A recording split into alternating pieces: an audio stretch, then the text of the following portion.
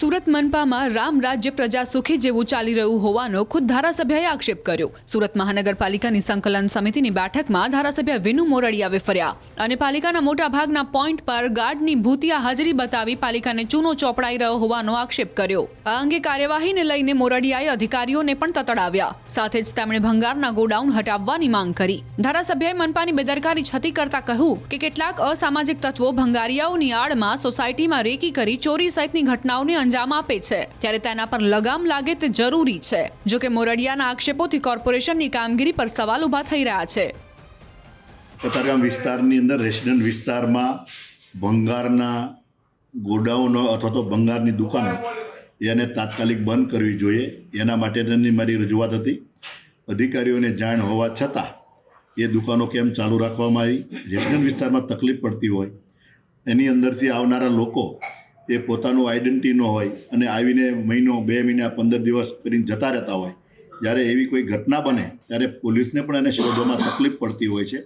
જેથી લઈને આને બંધ કરવા જોઈએ એ મારી રજૂઆત હતી અને એને કીધું કે ભાઈ 7 દિવસમાં અમે નોટિસ આપીએ છીએ। નોટિસ એના માટે ભંગારની દુકાનોને નોટિસ શું આપવાની હોય?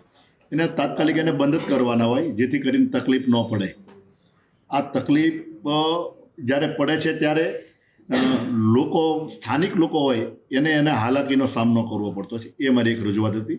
અમારે ત્યાં આગળ 5 વર્ષ પહેલાં અંદાજિત એક ઘટના એવી બની હતી કે બહારથી કોઈ આવેલા વ્યક્તિ તેના આ પ્રકારનો ધંધો કરતી હતી અને એને એક નાબાલિગ દીકરીને ફસાવીને ત્યાં લઈ ગયા હતા અને એને અહીંની સુરત પોલીસ 48 કલાકની અંદર શોધીને એ જંગલ વિસ્તારમાંથી શોધીને લાવી હતી અને ત્યારે બહુ ગંભીર રીતે એ મુદ્દો અમે જોયો છે। એટલે ફરીથી કોઈ એવી ઘટના ન બને અને અજાણી વ્યક્તિઓ રેસિડેન્ટ વિસ્તારમાં પ્રવેશ ન કરે અને એનાથી લારીવાળા હોય એનાથી રેકી કરતા હોય છે વિસ્તારમાં।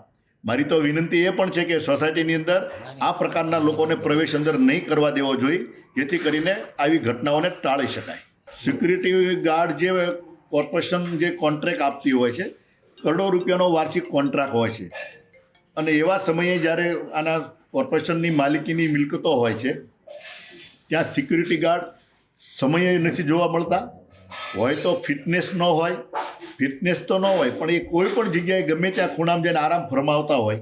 આ પ્રકારની ઘટનાઓ મારા ધ્યાન ઉપર આવી અને એને લઈને મેં રજૂઆત કરી કે આની ફિટનેસ તપાસ થવી જોઈએ, એની શારીરિક બરાબર છે કે કેમ, ચાલી શકે છે કે કેમ, એ યોગ્ય જગ્યાએ બેસવો જોઈએ। એની હાજરીમાં પણ કંઈક ને કંઈક ગોટાળા કરતા હોય છે જે કોન્ટ્રાક્ટરો। 2 જે ગાર્ડ્સ ફાળવવાની જગ્યાએ એકમાં એ ચલાવી લેતા હોય છે, તો એના સ્તંભ પણ લેવા જોઈએ, એના નામ ને મોબાઈલ સાથેનું એનું રજિસ્ટ્રેશન થવું પડે। આ પ્રકારનું થાય તો યોગ્ય રીતે એને સેવા મળી રહે અને કોર્પોરેશનની મિલકતો સચવાય। વાંચનાલય, આંગણવાડી હોય એમાં પણ બેન દીકરીઓ, નાના બાળકોની સલામતી જળવાય, એ માટે થઈને આ કાર્યવાહી કરવી જોઈએ।